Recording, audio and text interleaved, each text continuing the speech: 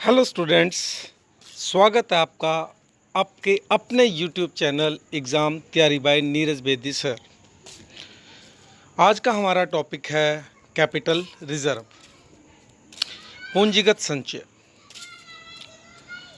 सबसे पहले हम पढ़ते हैं कैपिटल रिजर्व का अर्थ कि कैपिटल रिजर्व है क्या, पूंजीगत संचय है क्या। Capital reserve are those reserve which are created out of capital profit। Capital reserve वे रिजर्व हैं जो कैपिटल प्रॉफिट पूंजीगत लाभों में से बनाए जाते हैं। पूंजीगत लाभ वे लाभ होते हैं जो नॉर्मल बिजनेस से नहीं हो रहे।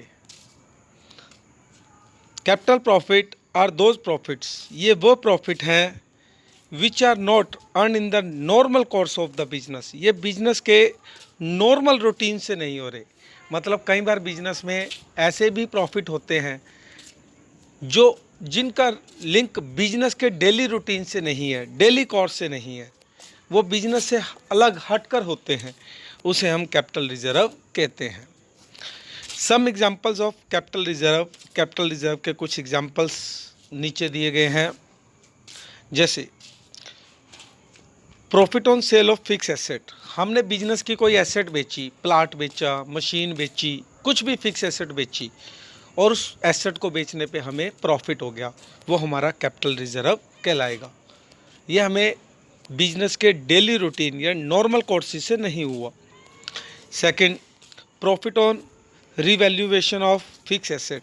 हमने अपनी फिक्स एसेट को रीवैल्यूएट किया, उसका दोबारा से पूर्व मूल्यांकन किया तो उसकी वैल्यू बढ़ गई, संस्था को प्रॉफिट हो गया। सपोज हमारी मशीन 5 लाख की थी, अब उसकी वैल्यू रेट बढ़ने के कारण 6 लाख रुपए होगी, तो 1 लाख रुपए जो उसका रेट बढ़ा है वो हमारा कैपिटल प्रॉफिट है और ये कैपिटल रिजर्व में ट्रांसफ़र किया जाएगा।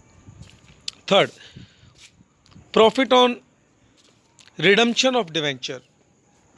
डिवेंचर को रिडीम करते समय, रिडीम मतलब डिवेंचर का पैसा मोड़ते समय जब हमें प्रॉफिट होता है तो वो भी हमारा कैपिटल रिजर्व में जाता है, ये हमारा कैपिटल प्रॉफिट कहलाता है। जैसे सपोज करो कंपनी ने जब डिवेंचर इशू किया पब्लिक से उस डिवेंचर के बदले में 100 रुपीज़ लिए, 100 रुपये लिए।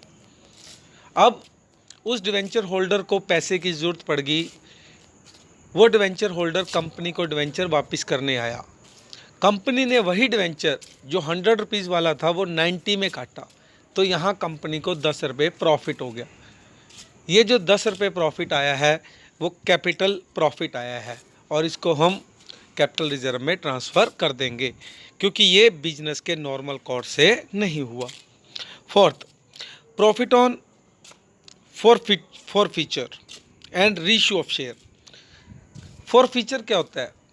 जब कंपनी शेयर इशू करती है तो कुछ शेयर होल्डर ऐसे भी होते हैं जो शेयर तो ले लेते हैं परंतु उस पे पैसे बाद में पे नहीं कर पाते। सपोज उन्होंने एप्लीकेशन दे दी, अलॉटमेंट दे दी, कॉल्स नहीं दे पाए, मतलब 10 का शेयर था, 5 दे दिए और 5 नहीं दिए, तो कंपनी क्या करती है, उनको एक नोटिस जारी करती है कि इतने टाइम पीरियड तक आप अपनी जो बकाया राशि है वो जमा करा दें, नहीं तो आपने जो पैसे कंपनी को अब तक पे कर चुके हैं वो आपके फॉरफिट कर लिए जाएंगे। फॉरफिट का मतलब जब्त कर लिए जाएंगे, वो आपको वापस नहीं मिलेंगे, आपके शेयर भी कैंसिल हो जाएंगे और आपको पैसे भी वापस नहीं मिलेंगे। तो मान लो एक शेयर होल्डर ने 10 का शेयर था, 5 पे करे और 5 पे नहीं करे। अब अगर कंपनी उसके शेयर को फॉरफिट कर लेती है तो जो 5 रुपये उसने पे कर दिए थे कंपनी वो 5 रुपये उसके वापस नहीं करेगी, तो यहाँ कंपनी को 5 रुपये का प्रॉफिट हो गया। दूसरा, रीइश्यू ऑफ शेयर। अब कंपनी ने जो फॉरफिट करे थे शेयर वो दोबारा से उसको क्या कर दिया, रीइश्यू, दोबारा से बेच दिया, तो उसको बेचने पर जो प्रॉफिट हुआ है वो भी कंपनी का कैपिटल प्रॉफिट है और इसको कैपिटल रिजर्व में ट्रांसफ़र किया जाएगा। Thanks to everyone.